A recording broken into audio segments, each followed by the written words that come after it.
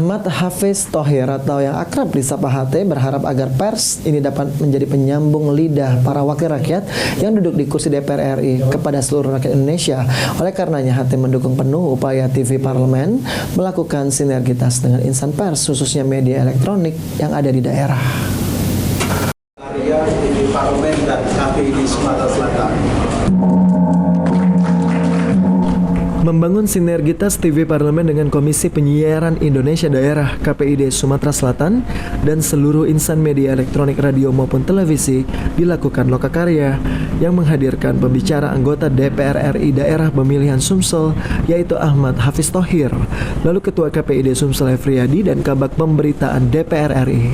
Sejumlah ide dan gagasan untuk sinergitas dituangkan oleh para insan media elektronik dengan pembicara yang hadir khususnya anggota DPR RI Ahmad Hafiz Thohir dan juga Kabag Pemberitaan DPR RI. Sebagai anggota DPR RI yang duduk di Komisi 11, Ahmad Hafiz Thohir mendukung sinergitas media elektronik Sumsel dengan TV Parlemen. Dikarenakan menurut Wakil Ketua Partai Amanat Nasional PAN ini, pers memiliki peran yang sangat penting khususnya dalam memberikan informasi terkait kinerja wakil rakyat yang duduk di gedung parlemen DPR RI. Semua sudah sepakat bahwa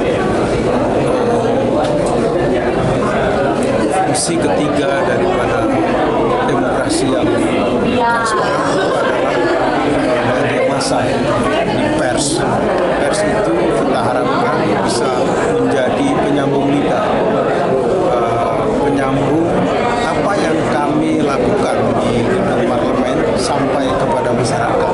Karena tanpa pers tidak mungkin masyarakat akan mengetahui apa yang sudah dilakukan oleh rakyat.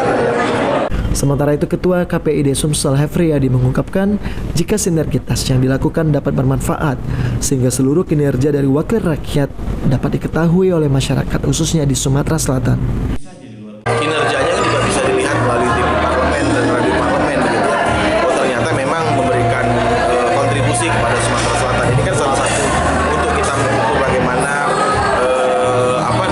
anggota DPR yang duduk di pusat supaya memang bisa melakukan saling cross check begitu ya melalui.